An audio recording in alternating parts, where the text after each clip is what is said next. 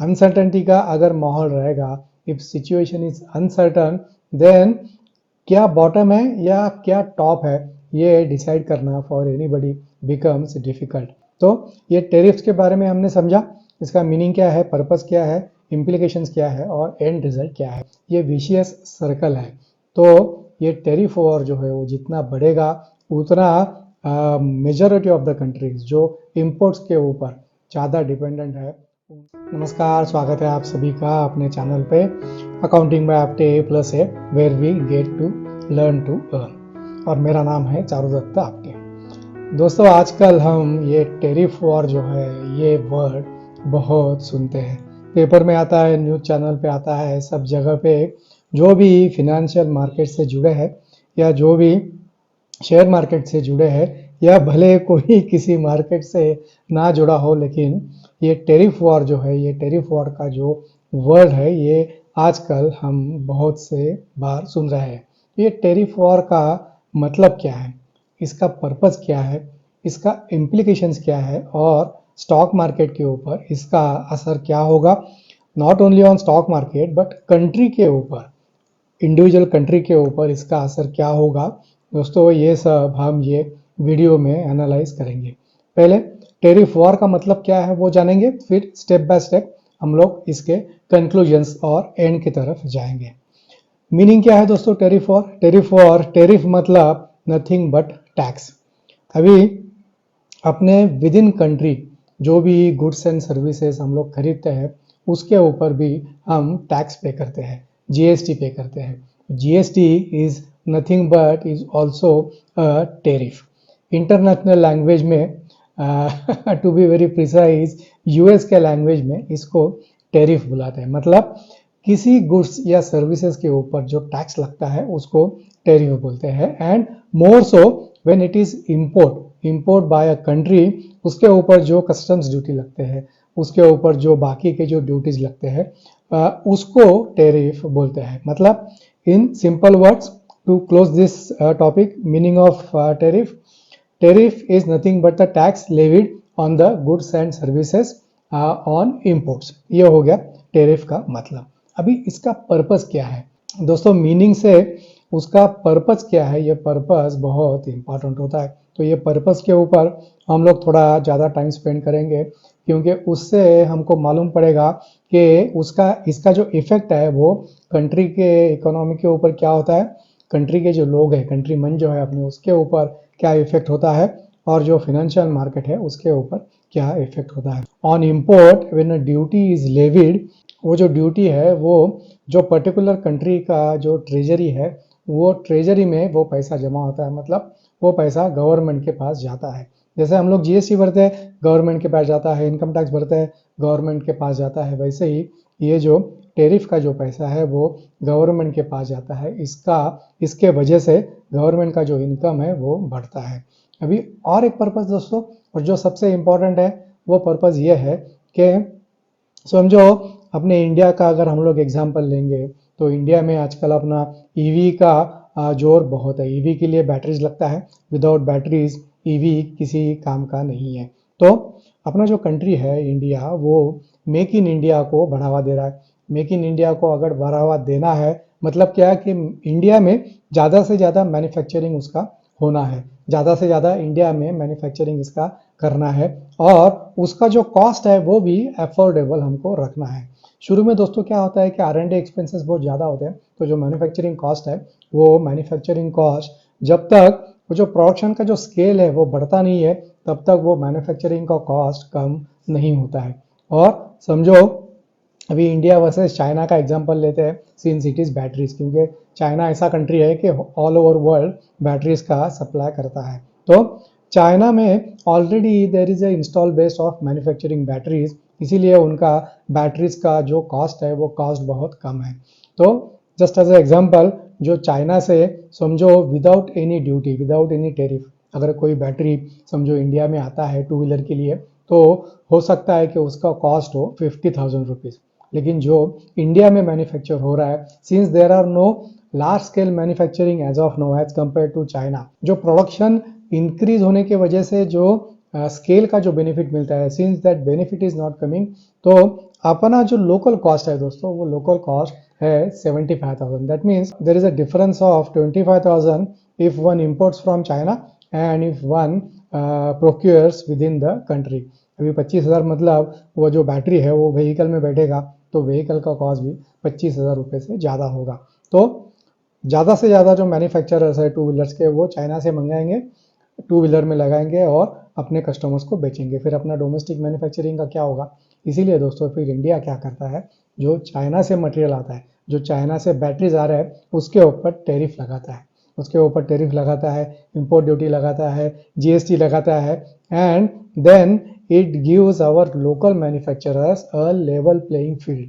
मतलब जो चाइना से आइटम आएगा उसका कॉस्ट भी 75,000 के आसपास अलॉन्ग विद द ड्यूटीज लेके आएगा, और अपना जो मैन्युफैक्चरर है उसका भी 75,000 के लेवल तक उसका कॉस्टिंग रहेगा. Then the manufacturer, two wheeler manufacturer has the choice के चाइना का बैटरी लेना है या अपना लोकल बैटरी लेना है. ये दोस्तों मैंने एक नॉर्मल सिंपल सिनेरियो आपको बताया, लेकिन नॉर्मली ऐसा होता नहीं है. In order to protect the domestic manufacturing, in order to protect domestic market, normally जो टेरिफ्स है वो ऐसे लेवल से लगाए जाते हैं कि जो इम्पोर्टेड मटेरियल है वो महंगा हो और जो लोकल मैन्युफैक्चरिंग आइटम, जो लोकल मैन्युफैक्चर्ड आइटम है वो थोड़ा इकोनॉमिकल हो. ऐसे ही टेरिफ्स लगाते हैं in order to discourage import and in order to promote अपना लोकल मैन्युफैक्चरिंग. इसके भी बहुत सारे एडवांटेजेस है, वो किसी और वीडियो में हम लोग डिस्कस करेंगे. जैसे कि अपना फॉरेन एक्सचेंज उससे बचता है, जितना मैन्युफैक्चरिंग बढ़ेगा उतना अपना रुपी भी अप्रिशिएट होता है. तो दोस्तों इन सिंपल वर्ड्स ये टैरिफ लगाने के दो पर्पसेस है, लेकिन इसका इम्प्लीकेशन क्या होता है दोस्तों? इसका इम्प्लीकेशन ये है, फॉर एग्जांपल समझो ऐसा कोई आइटम है जो अपने कंट्री में मैन्युफैक्चर ही नहीं होता है, we are solely dependent on imports. अभी एग्जांपल अगर लेना है तो tariff war and USA. Now this two words are going hand in hand because ये टेरिफ वॉर अभी चालू हुआ यूएस के पॉलिसीज की वजह से. अभी दोस्तों एग्जांपल लेते हैं अपना इंडिया का जो फार्मास्यूटिकल इंडस्ट्री है उसका. अभी US is more or less dependent on the formulations for imports from India and China. Many of our pharmaceutical companies are exporting medicines to USA.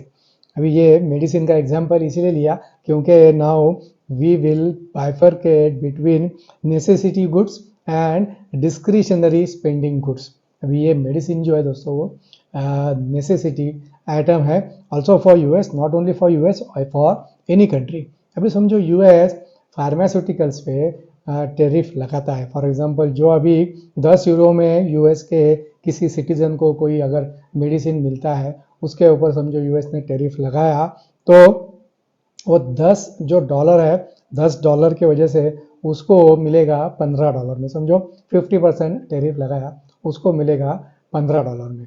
US का जो मेडिकल फील्ड है वो secured है, मतलब majority of the citizens are covered under centralise medical policy. मतलब US government on one side अपने pharmaceutical, उनका जो इंपोर्ट है, अपना जो एक्सपोर्ट है उसके ऊपर टेरिफ लगाएंगे, लेकिन दोस्तों उनका जो कंजम्पशन का जो कॉस्ट है वो कॉस्ट भी बढ़ेगा. तो टेरिफ ऐसी ही चीज़ों पे लगाया नॉर्मली जाता है कि जो डिस्क्रिशनरी स्पेंडिंग में आते हैं या जो लोकल मैन्युफैक्चरिंग है, वो लोकल मैन्युफैक्चरिंग को प्रोटेक्ट करने के लिए दोस्तों टेरिफ लगाए जाते हैं. लेकिन इसका जो एंड रिजल्ट है टेरिफ लगाने से क्या होता है, एक रिजल्ट हमने पहले ही देखा कि जो कंट्री है वो कंट्री के ट्रेजरी में पैसा जमा होता है, और दूसरा है उसका इफेक्ट जो है एंड रिजल्ट, वो जो एंड कस्टमर है वो एंड कस्टमर को वो चीज़ महंगी मिलती है. इसका मतलब चीज़ महंगी मिलती है मतलब दोस्तों वहाँ पे इन्फ्लेशन बढ़ने का खतरा रहता है. इन्फ्लेशन बढ़ने का खतरा है मतलब जो इंटरेस्ट रेट रिडक्शन का साइकिल जो चालू हुआ है, जो यूएस में चालू हुआ, यूरोप में चालू हुआ, इंडिया में भी अभी अपना 0.25% का कपल ऑफ मंथ्स बैक जो रिडक्शन हुआ, अगर इन्फ्लेशन साइकिल वापस बढ़ेगा तो ये इंटरेस्ट रेट कम नहीं होगा. ये विशियस सर्कल है. तो ये टेरिफ वॉर जो है वो जितना बढ़ेगा उतना मेजॉरिटी ऑफ द कंट्रीज जो इंपोर्ट्स के ऊपर ज़्यादा डिपेंडेंट है, उनको ये इन्फ्लेशन का एंड हायर इंटरेस्ट रेट का दोस्तों सामना करना पड़ेगा। दूसरी चीज़ दोस्तों, टेरिफ के वजह से जो इम्पैक्ट होता है गुड्स एंड सर्विसेज के ऊपर, ये एक manufacturing, supply, demand and consumption, इसका जो दोस्तों साइकिल है, इसका जो क्वांटम होता है, उसके ऊपर भी डिपेंडेंट है। अपना मैन्युफैक्चरिंग कितना है, अपने विद इन द कंट्री उसका सप्लाई कितना है, अपना डिमांड कितना है, एंड कंजम्पशन पैटर्न लोगों का क्या है। जैसा हमने फार्मास्यूटिकल का एग्जांपल लिया, वैसा food and grade. For example Russia Ukraine का वॉर शुरू हुआ, ऑयल प्राइसेज तो मतलब जो ईडेबल ऑयल था, ईडेबल ऑयल की कीमतें बहुत ऊपर चली गई। ऑलमोस्ट जो 110 रुपीज़ लीटर का सनफ्लावर ऑयल था, वो 240 250 तक चला गया। क्यों चला गया? क्योंकि डिमांड एंड सप्लाई, डिमांड अपना कांस्टेंट था, सप्लाई कम हो गया। अगर ऐसे सिचुएशन में अगर इंडिया ने टेरिफ जो एग्जिस्टिंग थे वो ज़माने में, कोविड के ज़माने में, या समझो वो जो वॉर चालू था जब स्टार्ट हुआ वो ज़माने में, तभी अगर इंपोर्ट ड्यूटी कम नहीं की होती तो वो जो ऑयल है इंपोर्टेड एडिबल ऑयल, उसकी कीमतें और भी ऊपर जाती थी। तो इसीलिए गवर्नमेंट ने क्या किया कि जो टेरिफ था उसके ऊपर वो कम किया। मतलब ये टेरिफ जो है दोस्तों, ये एक्चुअली एक डायनामिक फैक्टर है, depending on the situation, depending on local manufacturing, depending on local demand, supply and consumption pattern and type of the goods and services. मतलब नेसेसरी आइटम है या डिस्क्रिशनरी स्पेंडिंग है, उसके ऊपर ये जो टेरिफ है इसका पूरा कैलकुलेशन चलता है।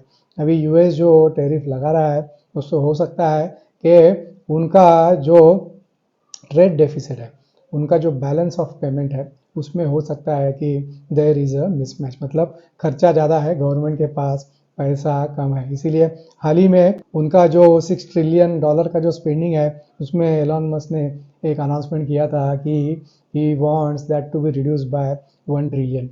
हम लोग खर्चा तभी कम करते हैं तभी अपने पास पैसा कम हो, तो फिर then we find out ways and means to increase our income, and this increasing tariff is also one of the remedies for increasing the bank balance, increasing the treasury, increasing the money available with the country। तो ये tariffs के बारे में हमने समझा, इसका meaning क्या है, पर्पस क्या है, इम्प्लीकेशंस क्या है और एंड रिजल्ट क्या है। अभी देखते हैं कि स्टॉक मार्केट के ऊपर इसका इफेक्ट क्या होगा, इफेक्ट होगा या ये अफेक्ट करेगा। दोस्तों स्टॉक मार्केट जो है, वो स्टॉक मार्केट जो है रिस्क आइडेंटिफाई करके स्टॉक्स के जो प्राइजेस है उसमें वो रिस्क फैक्टर करता है। रिस्क है, उसको आइडेंटिफिकेशन मिलता है, अकॉर्डिंगली स्टॉक के प्राइसेस ऊपर नीचे होते हैं। लेकिन if there is a uncertainty, uncertainty का अगर माहौल रहेगा, if situation is uncertain, then क्या बॉटम है या क्या टॉप है, ये डिसाइड करना फॉर एनीबडी बिकम्स डिफिकल्ट। हर रोज डिसीजंस चेंज हो रहा है, कभी टेरिफ लगाएंगे, कभी टेरिफ को पोस्टपोन करेंगे। आप जितना टेरिफ लगा रहे हो उतना ही टेरिफ हम लगाएंगे। दोस्तों एक सिंपल एग्जांपल लेता हूँ, आप अगर किसी सोसाइटी में रहते हो और आपके 10 नेबर्स हैं, एक या दो नेबर से आपकी नहीं जमती है, समझ सकते हैं।